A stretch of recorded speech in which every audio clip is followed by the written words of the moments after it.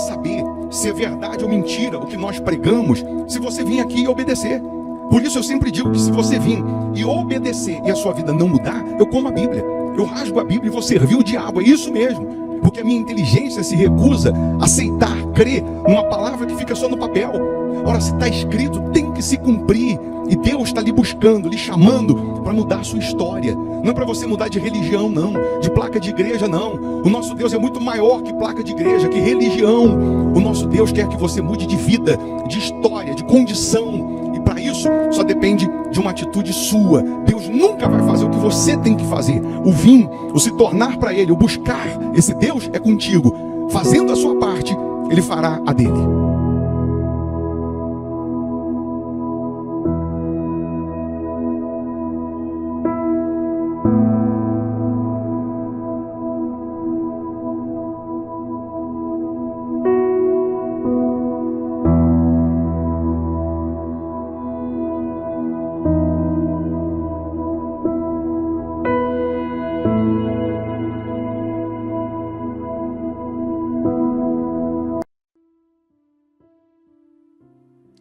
Muito bom dia, que Deus abençoe mais uma vez a sua casa, a sua família, e que essa semana, que inicia hoje, dia útil, primeiro dia útil da semana, que seja de bênçãos, que seja de vitórias, que seja de milagres.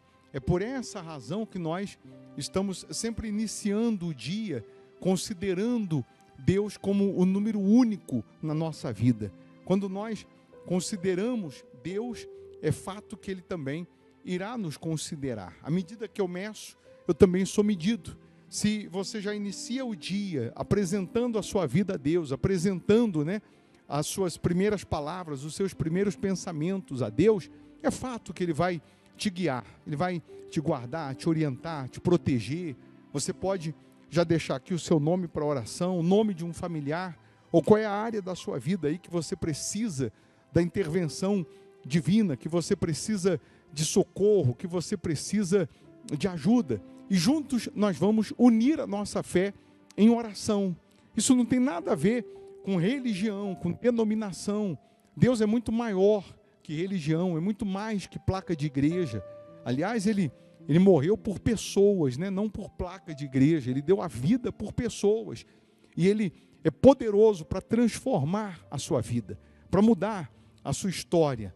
Então, nesse momento, pela fé juntos, vamos falar com Deus. E com certeza, você que pode aí, prepara um copo com água, prepara aí uma caneca com água. Uma vez, essa água consagrada, energizada pelo poder de Deus, ela vai servir como um ponto de contato. Ao beber dessa água, você receberá pela fé saúde física e saúde espiritual. Até mesmo você que não crê muito, beba, mal não vai fazer, é ou não é? Até mesmo você que não acredita muito, não acredito muito nesse negócio de copo com água, e beba mesmo sem acreditar, porque de todo jeito o nosso corpo precisa de água, é ou não é? Então beba, mas você vai ver que, principalmente quando quem está com dor, você vai ver que ao beber dessa água, essa dor vai sair, essa angústia vai sair, esse peso vai sair. Então, se possível, feche os olhos, é momento de oração, em o nome do Senhor Jesus, ó Deus. Que privilégio, meu Pai, é poder iniciar o dia na Tua presença, apresentando as nossas primeiras palavras, os nossos primeiros pensamentos ao Senhor, considerando a Tua soberania, a Tua grandeza, a Tua majestade. Nós reconhecemos, ó Pai, o quanto somos carentes de Ti, o quanto necessitamos da Tua misericórdia, da Tua justiça, o quanto precisamos da Tua intervenção. Então, assim como o som da minha voz chega até essas pessoas, faça chegar o poder que cura, o poder que liberta, o poder que transforma, o poder que livra. Que neste momento toda dor desapareça, toda angústia vá embora, todo mal que vinha cercando esta pessoa, que seja agora banido, que seja expulso da vida dela. Eu ordeno espírito opressor, depressor, todo mal, em o nome de Jesus, sai agora.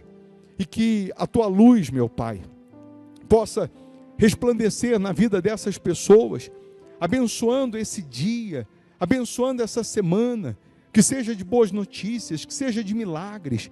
Nós profetizamos que nessa virada de semestre, que haja uma virada na vida dessas pessoas, em todos os âmbitos, uma virada, uma transformação, tal como o Senhor transformou água em vinho, transforma a vida dessas pessoas, abençoa as famílias, as crianças, meu Deus, que elas cresçam sob os teus cuidados, proteja-nos dos males físicos e espirituais. Caia 1000 ao nosso lado, 10.000 à nossa direita, não seremos atingidos, porque o Senhor é quem nos guarda, o Senhor é quem nos protege, o Senhor é quem nos livra. Ó Deus, nós oramos pela paz em Israel, e que haja paz também nesse lar, nessa casa, que nesse país, meu Pai, no legislativo, no executivo, no judiciário, que venha predominar a tua misericórdia, predominar a tua justiça, meu Pai, pois nós entregamos tudo e a todos nas tuas mãos, na certeza do milagre, na certeza que esse dia será de boas novas, de boas notícias. Abençoa os trabalhadores, abençoa os fiéis da sua casa, aqueles que vêm semeando nessa obra, que eles possam colher a 100, a 60, a 30 por 1, que todas as pessoas inscritas no canal sejam envolvidas pelo teu poder, que a água seja consagrada e que, de fato, cada um aqui possa testemunhar a tua grandeza, hoje, amanhã e para todo sempre. Aí onde você está, se você puder, respira fundo, e pela fé você vai respirar a paz, a respirar a força de Deus, a presença dEle. E você que crê, diga: eu estou abençoado em o nome do Pai, do Filho e do Espírito Santo, em nome do Senhor Jesus. E quem crê, diga amém e graças a Deus. Amém? Que o poder do Altíssimo esteja em você, com você. Você que tem aí a sua água, beba dessa água crendo no sobrenatural. Eu vou deixar você aqui com uma sugestão de pregação, de palavra, para te alimentar espiritualmente, porque quanto mais forte você está espiritualmente, mais você ganha imunidade contra o mal. A Igreja Hospital da Alma fica aqui em Belo Horizonte, Minas Gerais, Avenida Amazonas, 1744. Hoje, segunda-feira, às 7h30 da noite, nós oramos pela vida financeira, para você receber de Deus sabedoria para empreender, para comprar, para vender, para negociar. Se você mora distante, aí você participa virtualmente através aqui do canal no YouTube. Se você mora em Belo Horizonte, você vem presencialmente, tá bom? Nós temos o culto às 8 da manhã, mas a gente transmite, né, o culto das 19h30. Então, se você puder ficar mais um pouco e ouvir essa mensagem agora, mal não vai fazer, só vai fazer bem. Não esqueça de deixar o seu like, dá um cliquezinho aí nesse joinha, que fazendo isso você nos ajuda a evangelizar, tá bom? Deus abençoe, boa segunda-feira, boa semana, bom dia. Vamos pensar, hoje todos nós temos acesso à Bíblia impressa.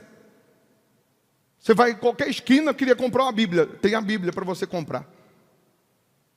Tem a Bíblia impressa, tem a palavra de Deus impressa. Hoje todos nós temos acesso ao que no passado eles não tinham.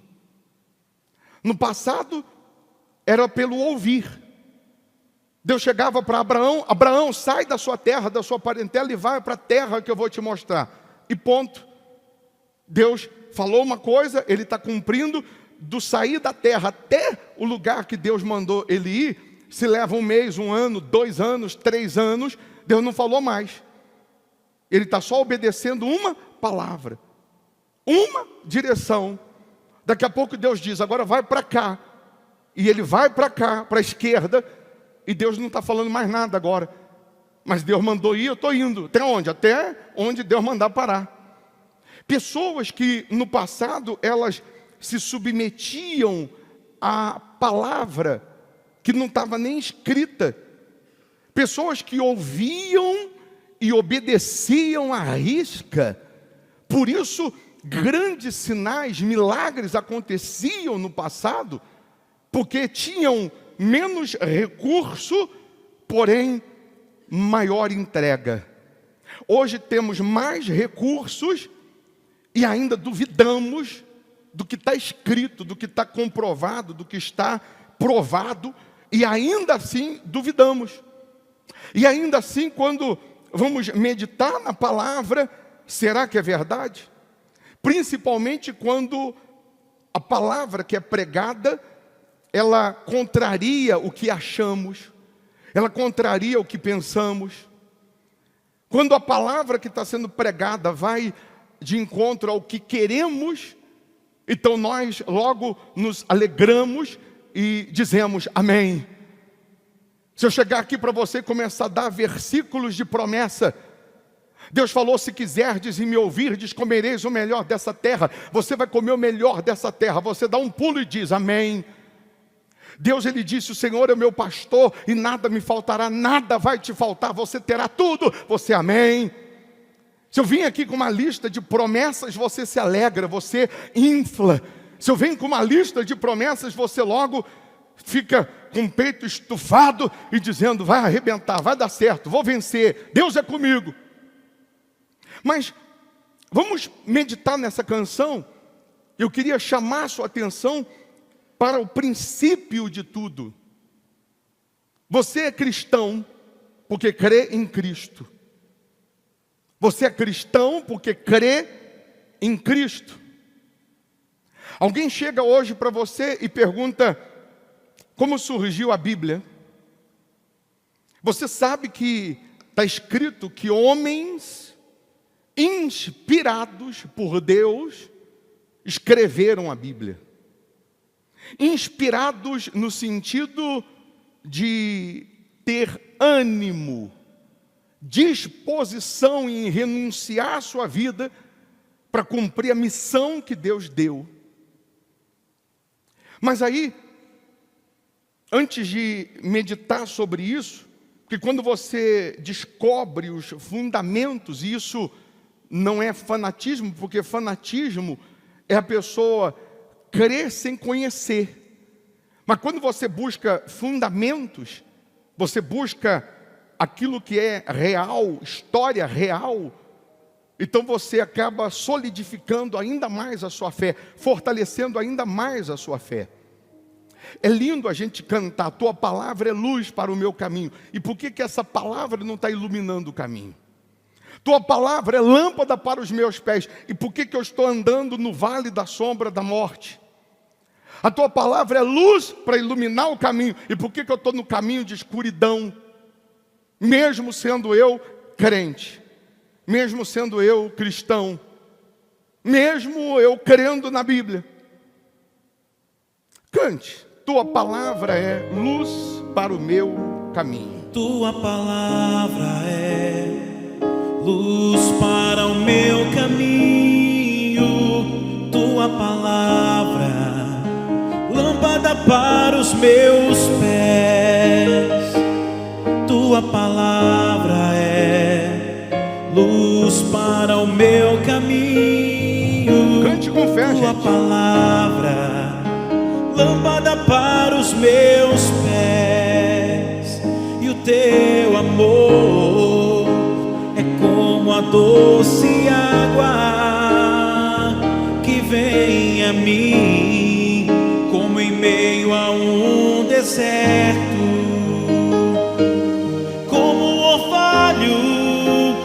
Desce em plena terra seca e dela faz surgir verdes pastos. Quero fazer valer tua palavra em mim, para que o doente tenha onde se curar. Quero fazer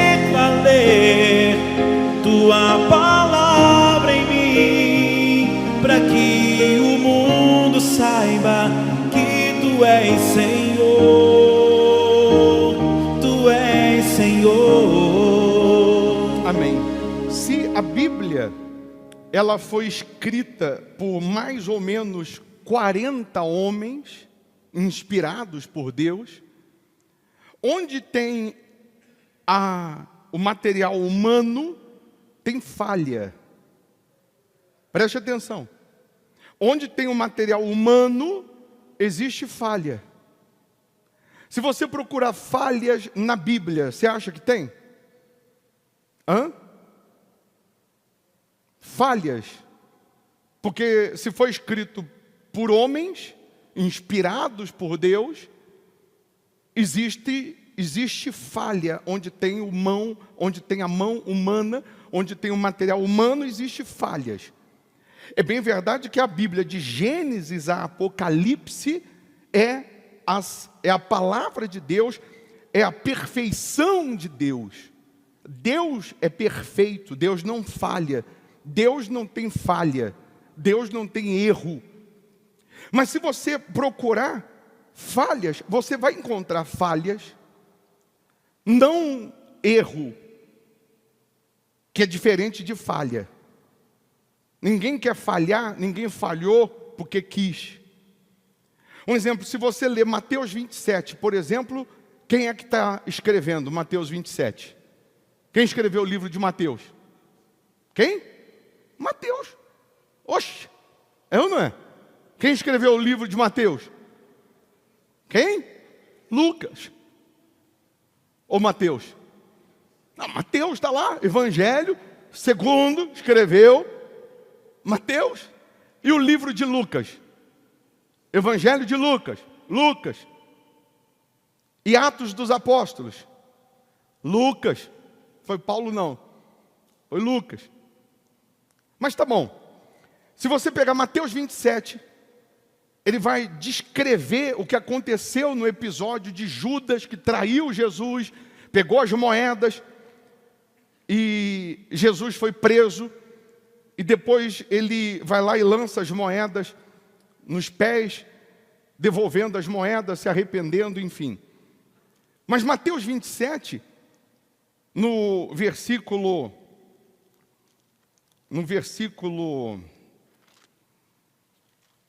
poderia eu ler, mas você está com pressa? Tá não? Tem certeza? Quem veio para a reunião? Então você não está com pressa. É ou não é? Mateus 27, abre aí, só para você ver um detalhe. Bispo, o que isso tem a ver? Você vai entender. Você vai entender, porque quando você tem conhecimento de causa, você se fortalece. Mateus 27, lá no versículo 5 em diante, diz: E ele, atirando para o templo as moedas de prata, retirou-se e foi enforcar-se. Mateus falando o que aconteceu com Judas. E os principais sacerdotes, tomando as moedas de prata, disseram: Não é lícito colocá-las no cofre das ofertas, porque são preço de sangue. E tendo deliberado em conselho, compraram com elas o campo de um oleiro para a sepultura dos estrangeiros. Por isso foi chamado aquele campo até o dia de hoje, campo de sangue. Então se realizou o que fora anunciado pelo profeta Jeremias. Qual profeta? Então se realizou o que fora anunciado pelo profeta Jeremias, que diz: E tomaram as 30 moedas de prata, o preço daquele que foi avaliado, o qual os filhos de Israel avaliaram, deram-nas pelo campo do oleiro, segundo o que o Senhor me determinou. Então Mateus está dizendo que o que aconteceu com Judas, o profeta Jeremias já tinha anunciado, profetizado. Onde está a falha de Mateus? A falha está em que Jeremias nunca profetizou isso. Se Mateus escreve assim: isso que aconteceu com Judas já tinha sido profetizado, ponto, está certo. Mas ele deu o nome, Jeremias profetizou e ainda disse qual era a profecia. Mas Jeremias nunca profetizou, mas é uma falha. Quem profetizou isso foi Zacarias e não Jeremias. Zacarias 11, 12, se você quiser conferir, coloca aí, Zacarias 11, 12. Zacarias sim profetizou isso. Porque eu lhes disse: se parece bem aos vossos olhos, dai-me o meu salário, e se não, deixai-o. E pesaram o meu salário 30 moedas de prata. O Senhor, pois, disse-me: arroja isso ao oleiro, esse belo preço em que fui avaliado por eles. e tomei as 30 moedas de prata e as arrojei ao oleiro na casa do Senhor. Por que eu estou explicando isso para você hoje? Porque amanhã alguém ou algum teólogo que nunca leu a Bíblia pode chegar para você e pode falar assim para você: mas tem algumas falhas na Bíblia, e eu poderia te mostrar uma 100, desse jeito. Mesmo tendo a falha no nome do profeta que ele quis dizer, a palavra não é anulada, o espírito não é anulado. Mesmo tendo uma falha como essa de Mateus, o espírito, a santidade, o poder de Deus não é anulado. Ele errou o nome do profeta, mas tem a profecia? Tem. Ele não colocou o nome do profeta, certo, mas tem a profecia? Tem. A palavra não é anulada, a profecia não é anulada. E aí eu quero que você compreenda agora, entenda o seguinte: o que isso tem a ver conosco? Quando você conhece fundamentos bíblicos, você não vai se deixar enganar por ninguém. Você sempre me ouviu pregar assim: leia a Bíblia para ninguém te enganar. Sempre preguei isso. Desde que nasci de Deus, eu prego isso: leia a Bíblia para ninguém te enganar. Para você não ir pela cabeça de ninguém. Para você conferir no que está na palavra de Deus. Está sobre dízimo, então seja fiel. Ah, mas disseram, não, quem disse não vale. O que vale é o que está escrito. Está escrito para ser, seja. Está escrito para se batizar nas águas, se batiza. Abandonar o pecado, assumir Jesus como Senhor e Salvador, viver uma vida limpa e libada. O que está escrito? Para receber o Espírito Santo, siga o que está escrito. Conhecereis a verdade, e a verdade vos libertará. Pois bem, nós sabemos que a Bíblia, a palavra de Deus, ela começou a ser escrita por Moisés no Monte Sinai. Deus revela a Moisés no Monte Sinai o Pentateuco, os 5 primeiros livros da Bíblia. Gênesis. Quem escreve Gênesis? A criação, o princípio de tudo, a formação do mundo, do homem, Moisés. Por que Moisés escreve? Deus dá a ele toda a revelação, e ele vai escrever Gênesis, ele vai escrever Êxodo, ele vai escrever Números, Deuteronômio, Levítico. Deus dá a ele essa incumbência. E aí, entenda, a Bíblia de Gênesis a Malaquias, o Antigo Testamento, é considerada a Bíblia dos hebreus. Quem são os hebreus? Os judeus. Então a Bíblia foi escrita para os hebreus, aconteceu com os hebreus, com os judeus, para os hebreus, e ponto. Tanto é que a Bíblia diz que Jesus veio pregar para os hebreus, Jesus veio para os judeus, e os judeus não aceitaram. Os judeus até hoje não aceitam que Jesus veio, até hoje eles esperam o Messias. Se você perguntar para os judeus qual é a Bíblia deles é a Bíblia de Gênesis a Malaquias. Se você for hoje em Israel e quiser montar uma banca lá em Israel, uma loja, e eu vou vender o Novo Testamento, eu vou vender a Bíblia dos cristãos. Qual é a Bíblia dos cristãos? Novo Testamento, porque a Bíblia dos hebreus é o Antigo Testamento. Em Israel é proibido Novo Testamento, porque na cabeça deles Jesus não é o Messias, Jesus não veio. Na cabeça deles o Novo Testamento, tudo o que aconteceu de Jesus para cá, para eles não existe, não vale. Então até hoje na cabeça deles é só o Antigo Testamento. Pois bem, se a Bíblia foi escrita para os hebreus, ela só existia no idioma hebraico. Não tinha outro idioma na Bíblia. Como que a Bíblia era escrita na época? Não tinha papel. Os chineses não tinham ainda criado o papel. Então a Bíblia era escrita em pergaminho, couro de cabra curtido, com pincel, tinta, que era sangue de baleia. Você imagina a dificuldade para escrever esses pergaminhos. Cada vez que a palavra Senhor era escrita, esse pincel tinha que ser lavado e ele tinha que esperar 3 dias para voltar a escrever outra vez a palavra Senhor. Então o versículo que diz Senhor, Senhor, se escreveu 2 vezes seguido, 6 dias para escrever só essa palavra. A palavra de Deus, para chegar hoje nas nossas mãos, alguém lá atrás teve que gemer. Alguém lá atrás teve que dar a própria vida, teve que parar a sua vida para escrever. Então só existia, preste atenção, um exemplar em hebraico da Bíblia dos Hebreus, de Gênesis a Malaquias, porque Jesus ainda não tinha vindo. E eu queria que você entendesse, esse único exemplar está até hoje na Biblioteca de Alexandria. Mas aí no ano 285 antes de Jesus,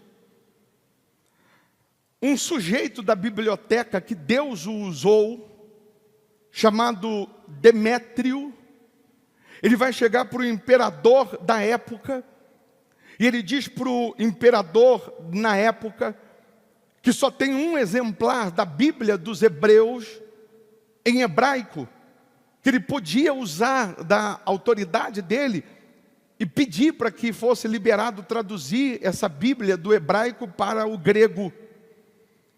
E aí o Ptolomeu, que era o imperador da época, Filadélfio, ele entra em contato com o sumo sacerdote Eleazar, e ele pede para que a Bíblia dos Hebreus seja traduzida também para o grego. E Eleazar, o sumo sacerdote, ele vai escolher 6 rabinos que falava fluentemente o grego e também o hebraico. E ele pega 6 rabinos de cada tribo de Israel, totalizando 72 rabinos, que eram especialistas nas escrituras, manda para Alexandria, e esses 72 homens vão debruçar em cima da Bíblia dos Hebreus, traduzindo agora para o grego. Por que eu estou dando essa volta toda? Para você entender como que a Bíblia chegou nas nossas mãos. Esses 72 homens, eles vão ficar enclausurados até traduzir a Bíblia dos Hebreus para o grego. Pois bem, aí você sabe que depois, 100 anos antes de Jesus, já tem outro imperador que toma posse, derruba os gregos, e aí vem os romanos. Para a gente resumir, vem Jesus. Só existe a Bíblia dos Hebreus agora em hebraico e grego. Veio Jesus, acontece tudo o que aconteceu no Novo Testamento, e tudo que nós temos no Novo Testamento foi escrito por homens, discípulos de Jesus, que eram judeus.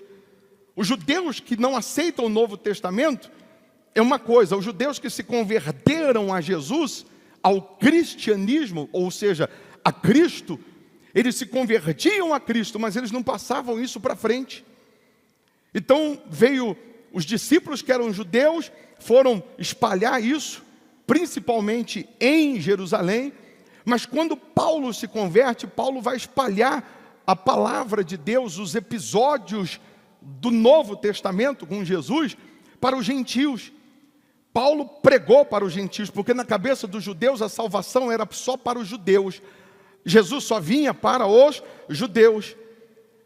Mas Paulo deixou claro que a salvação também é para os gentios. Quem são os gentios? Nós, que não somos descendentes de sangue abraâmico. Então nós tivemos acesso à salvação pela misericórdia de Deus usando Paulo. Aí você lembra que Paulo teve as suas cartas, e eram cartas escritas no pergaminho. Era assim que ele falava com a igreja tal, com a igreja tal, com a igreja tal. E aí eu vou repetir, a fé vem pelo ouvir. Nem todo mundo sabia ler. Até hoje nós temos pessoas mais antigas que ainda não sabem ler. Mas naquela época, muito mais, eram poucos que sabiam ler. Então a fé vinha pelo ouvir. Os que liam, pregavam, passavam isso e a fé era despertada. Por isso que eu disse que nós temos hoje muitos recursos e não colocamos em prática. E no passado eles tinham 0 de recurso, mas a fé era acesa, era aplicada com mais dedicação. Você vê que Paulo, nos seus últimos anos, ele ficou preso em Roma. Eu tive o privilégio de conhecer a casa que ele ficou preso, o porão que ele ficou preso, onde ele escreveu preso as principais cartas aos Efésios, Filipenses, Colossenses. E Paulo foi morto em Roma, você sabe disso. E aí, a palavra, até então, só existe a Bíblia dos Hebreus. Mas está sendo escrito a Bíblia dos cristãos. Pedro está escrevendo, João está escrevendo, Mateus está escrevendo, Lucas está escrevendo, Paulo está escrevendo.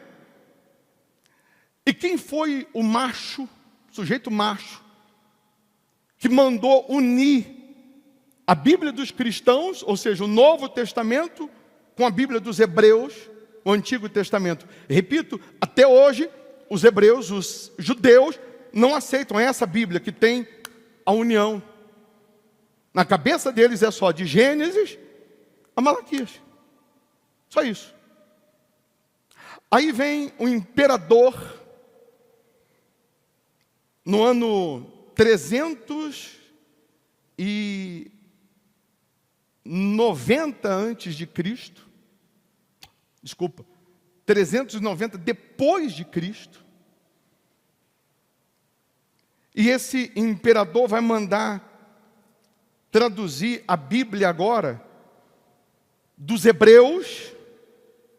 É um decreto. Eu quero a Bíblia, porque qual o idioma agora que está imperando? Ano 390 depois de Cristo. O latim, porque quem manda agora é Roma. Quem manda agora são os romanos. Qual é o idioma? Latim. Então agora o imperador, ele disse: eu quero a Bíblia dos hebreus traduzida em latim, e eu quero a Bíblia dos cristãos traduzida em latim, e eu quero uma coisa só, um livro só, unificar isso. Então esse imperador deu esse decreto, e aí vai surgir Jerônimo, e ele vai ficar dentro de uma gruta em Belém, 36 anos. Jerônimo, ele era fluente em 4 idiomas, latim, grego, hebraico, aramaico. Ele vai ficar dentro de uma gruta 36 anos traduzindo a Bíblia dos hebreus e a Bíblia dos cristãos e unificando. Quando ele termina de traduzir, que ele escreve amém, ele morre. A missão dele foi essa. A mesma gruta que ele morre é onde está o túmulo dele até hoje, em Belém. E pasme você, é o mesmo lugar que Jesus nasceu 390 anos atrás, antes dele traduzir a Bíblia dos cristãos. Deus, para fazer a palavra chegar na nossa mão, Deus usou pessoas que lá atrás deram a vida. Jerônimo tinha que escrever, como eu falei, quando tinha a palavra Senhor, descansava o pincel, lavava o pincel 3 dias. Mas ele fez a parte dele. Agora a Bíblia só existe em latim, está lá em Alexandria, na biblioteca. Mas como o idioma que impera agora é o latim, como Roma está imperando, o imperador dá uma lei e dá um decreto. Onde tiver uma bandeira de Roma, onde Roma manda, a religião tem que ser cristão, que é quem crê em Cristo. Não tinha igreja A, B, C, placa de igreja. Era a igreja dos hebreus, Bíblia dos hebreus e dos cristãos. Era a religião dos cristãos, quem crê em Cristo. Você nunca se perguntou por que numa cidadezinha pequenininha, no interior, tem uma igreja católica? Numa outra cidadezinha tem uma outra igreja católica? Peraí, como que essa igreja cresceu tanto assim? Porque o Constantino, imperador da época, deu uma ordem. Onde tiver uma bandeira de Roma, onde Roma impera, a lei é essa, tem que se pregar tem que ser pregado o evangelho dos cristãos. E a lei que ele fez também, e aí já começou a entrar o Satanás, foi essa: está proibido traduzir a Bíblia do latim para qualquer outro idioma. É proibido, é lei. Se a pessoa for pega traduzindo a Bíblia do latim para outro idioma, essa pessoa é morta. Lei. Algumas pessoas mais antigas, principalmente aqui em Minas, devem ter assistido missa em latim. Então, agora só existe a Bíblia no latim. A princípio, a imposição dele, todo mundo tem que servir o cristão, o cristianismo, a Cristo, foi bom. Por um outro lado, já entrou o Satanás dizendo, não pode tirar cópia, não pode mudar o idioma, só esse idioma. Aí depois disso, Constantino se intitula o primeiro Papa da Igreja Católica. Não existia Igreja Católica. Por ele se intitular o primeiro Papa, ele colocou esse nome católico. Religião católica, apostólica, romana. O que significa? Católico. O que significa? Universal, mundial. Apostólica por quê? Porque veio do apóstolo Paulo. Tem a Praça de São Pedro em Roma, mas não é Pedro. Mas sob essa pedra edificaria a minha igreja. Pois é, mas a igreja para os gentios, ela começou com o apóstolo Paulo. Então, igreja católica, que significa universal, mundial, religião universal, mundial, apostólica por causa de Paulo, do apóstolo, e romana porque é de Roma. Aí surgiu isso. Então Constantino, que se intitula agora o Papa, ele quer meio que desvirtuar a Bíblia agora. E aí ele chegava para os pastores dessa igreja, e dessa igreja morreu esse pastor, enterra na própria igreja. E aí depois de um ano, Constantino, e eu estou falando com conhecimento de causa, depois você confere, pergunta aí para o Google. Aí fez um ano que ele morreu, Constantino veio com a ideia o seguinte, nós não vamos adorar não, mas a gente podia lembrar da morte do fulano e dar um culto aos finados. Aí surgiu o culto aos finados. E aqueles cristãos de raiz verdadeiro, que não aceitavam isso e não aceitaram ele desvirtuar a verdade escrita, surgiu os protestantes. Aí vem um outro detalhe. Mas só para você entender, Constantino depois vai implantar a questão das imagens, porque a mãe dele viu a Catarina, que era uma menina que morreu, e depois diz que apareceu para a mãe de Constantino, lá no pé do Monte Sinai, e até hoje, lá no Monte Sinai, eu vou fazer uma caravana para Israel o ano que vem, você vai comigo, e nós vamos lá no Monte Sinai, mas lá no pé do Monte Sinai tem um mosteiro de Santa Catarina, que Constantino começou a cultuar as imagens por conta disso, e aí você já sabe o que acontece, desvirtuando totalmente a verdade escrita. Alguns dizem que os crentes nasceram da igreja católica, mas é o contrário. A igreja católica surgiu dos cristãos verdadeiros, primitivos. E aí vem aquela perseguição aos cristãos, vem aquelas mortes aos cristãos que são lançados e não aceitam agora o império de Constantino e são lançados para os leões, enfim, porque não queriam fazer ou crer na Bíblia do jeito dele. E esses cristãos que permaneciam e criam como era escrito, morreram assim, alguns nas arenas, outros foram queimados vivos, enfim. Mas a lei que ele impôs de proibir a tradução da Bíblia para outro idioma durou muito tempo. Isso foi no ano 390 depois de Cristo. 1380 anos depois de Cristo. 1000 anos depois, agora já é a Igreja Católica, agora o Império Romano já é chamado de Igreja Católica. Por isso que a Igreja Católica é um Estado independente, é um país independente dentro de Roma.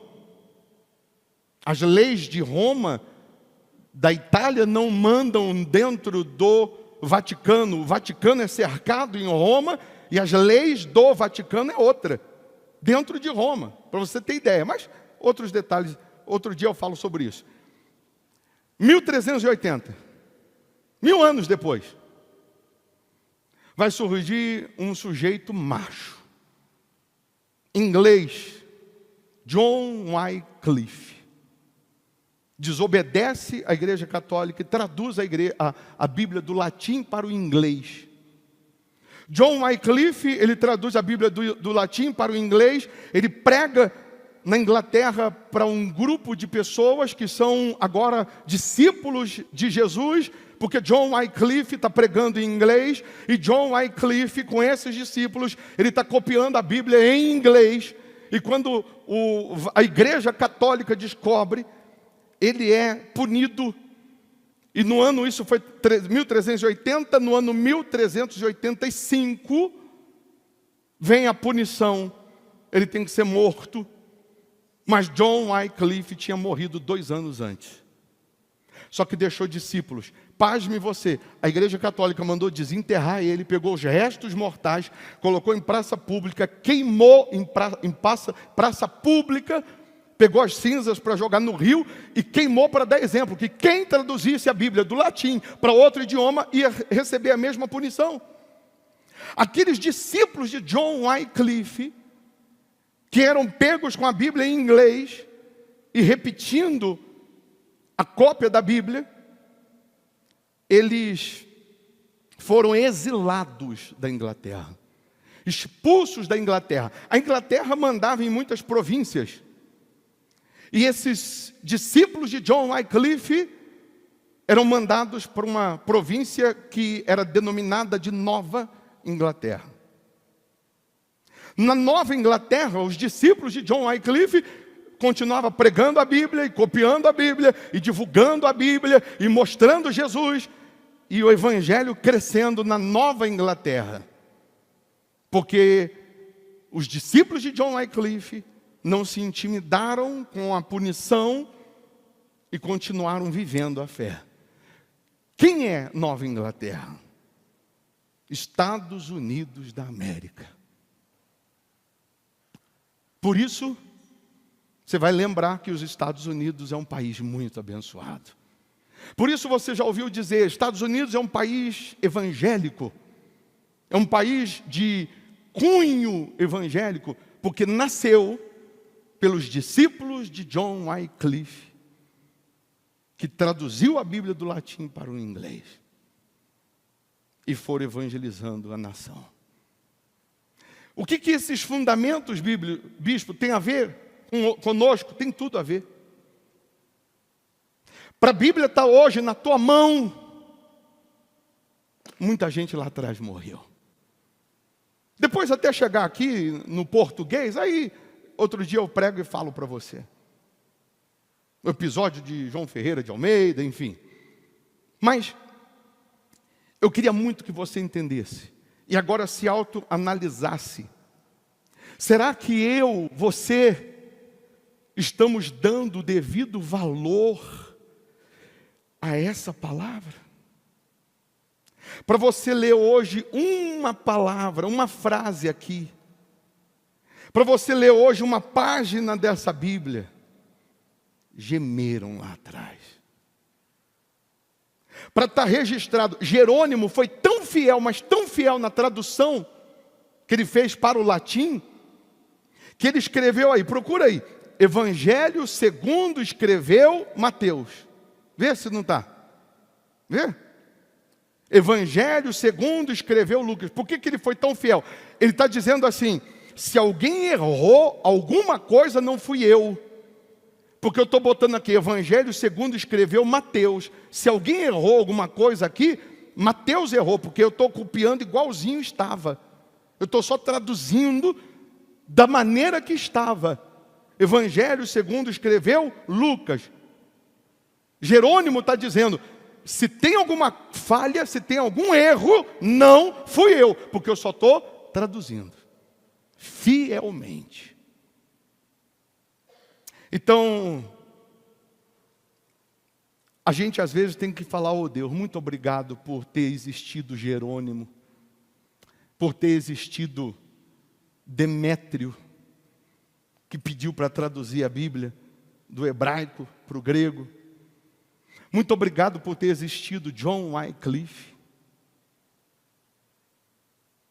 Senão nós não estaríamos aqui. Nós não teríamos acesso. O diabo tentou. A lei não pode traduzir a Bíblia. O diabo tentou parar. Porque o diabo sabia que se a palavra de Deus chegasse nas mãos do povo, chegaria a salvação, chegaria a libertação, chegaria Jesus. Mas hoje é comum, no hotel, qualquer hotel, na gaveta do hotel tem uma Bíblia. Hoje é comum, quase que 100%, raras exceções, ter uma Bíblia em casa. Mas não se valoriza. O segredo é a palavra. Deus falou para Josué, o segredo é a palavra, medita nela, de dia e de noite, e não se desvie dela, para que sejas bem-sucedido. Qual é o segredo? A palavra. Tanto que no passado, os cristãos do passado, quando iam expulsar algum demônio, que não sabia ainda como, da maneira que Deus tocava, alguns, 500 anos atrás, pegava a Bíblia e expulsava com a Bíblia. Algumas igrejas tradicionais faziam isso, quando manifestava algum demônio, pegava a Bíblia, botava a Bíblia na cabeça. Mas a santidade dessa palavra é extraordinária. O maior medo do diabo é que você descubra a verdade. Porque quando você conhece a verdade, ninguém te engana. Mas disseram que eu não vou vencer. Mas quem falou que você não vai vencer, morreu na cruz por você? Não, não morreu na cruz por mim. Então não vale o que essa pessoa está falando. Disseram que eu nasci para sofrer, a minha sina é meu destino. Quem falou morreu na cruz? Não, não morreu na cruz. Então não vale o que ele está falando. O que vale é o que está escrito. Isso aqui sim tem que se cumprir. Amém? Quando você tem esse conhecimento, eu penso, pelo menos no meu caso, não dá um temor maior?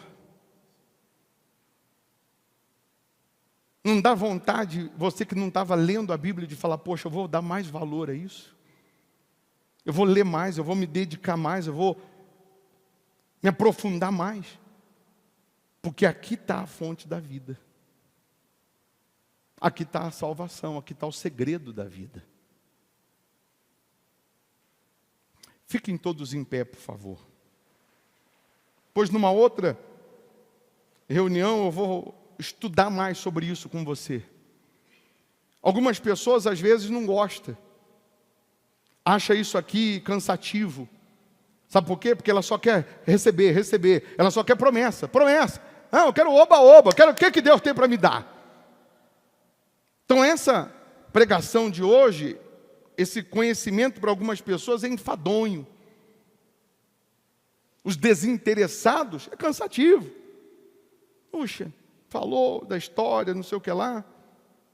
E por achar até cansativo, nem presta atenção. Mas quando você procura se aprofundar, você fala, caramba, eu tenho que dar mais valor. Eu tenho que buscar mais, eu tenho que fazer mais. Os cristãos do passado que eram jogados para os leões, só você buscar na história. Eles, está vendo o leão comer o filho dele do lado e sabe que ele é o próximo.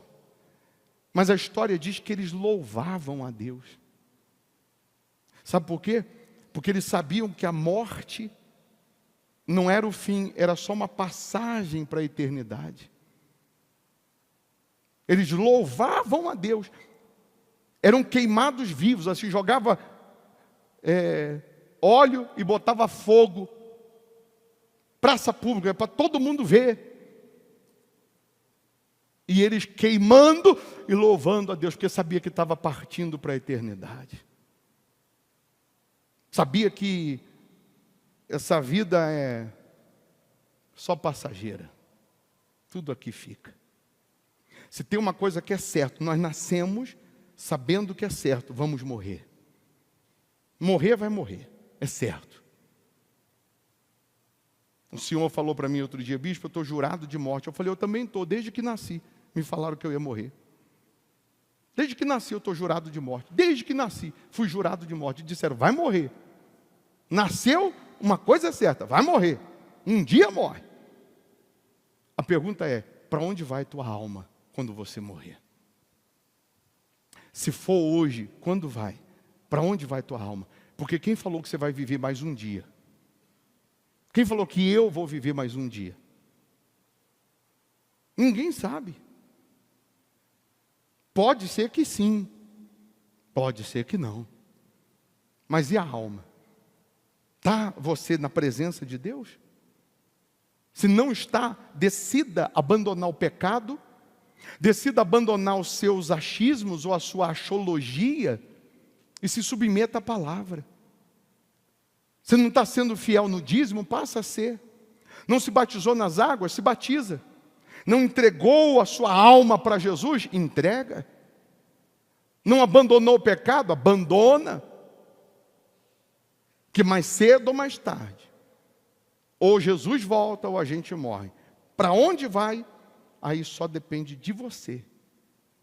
Porque na hora que morre, aí não é mais a tua vontade. Aí, morreu agora com Jesus, os anjos pegam a alma e levam. Morreu sem Jesus, os demônios pegam a alma e levam. E aí, não tem choro e nem vela. Aí já foi. Você vai pegar a sua melhor oferta agora. Você que está com a Bíblia, você vai pegar a sua melhor oferta agora, vai colocar no meio da Bíblia, vai vir aqui na frente, vai tirar da Bíblia e vai entregar. Se é cartão, vai colocar o cartão na Bíblia, vai vir aqui na frente com a Bíblia, vai passar o cartão e vai entregar. Está sem a Bíblia? Venha em santidade, como se tivesse com a palavra. Está na internet? Pega seu dízimo, sua oferta, o que Deus te toca para dar. Você vai transferir agora, vai dizimar agora. Se não é dizimista, passa a ser fiel a Deus. E você já transfere agora para as contas da igreja. Antes de orarmos, antes de buscarmos a Deus, você já vai entregar a Ele a sua fidelidade, a sua oferta, ainda que seja uma moeda, mas que seja o melhor. E se não tiver nada para dar, pode ter certeza que você, temendo a Deus, obedecendo a Deus, se voltando para a palavra, Ele vai te honrar, porque a palavra não falha. Ele dá semente a quem semeia, quem planta, colhe. Então pega aí o seu melhor, traga aqui na frente, vem com a Bíblia, entrega. Se está sem a Bíblia, não tem problema, pega o seu melhor, traga aqui na frente, coloca aqui no alforje. E aí sim você vai agora conseguir cantar: tua palavra é luz para o meu caminho, tua palavra é lâmpada para os meus pés. E aí quando você cantar isso, você vai lembrar: caramba, para essa palavra chegar da minha mão, muita gente gemeu. Eu deveria dar mais valor, eu deveria crer mais, eu deveria orar mais, eu deveria buscar mais. É ou não é? Sim ou não? Pega o seu melhor, traga aqui na frente, coloca aqui no alforje. Quem está aí na internet, faça aí seu dízimo, sua oferta, honre a Deus. E nessa oração, você vai fazer aí do seu lugar o seu santuário com Deus.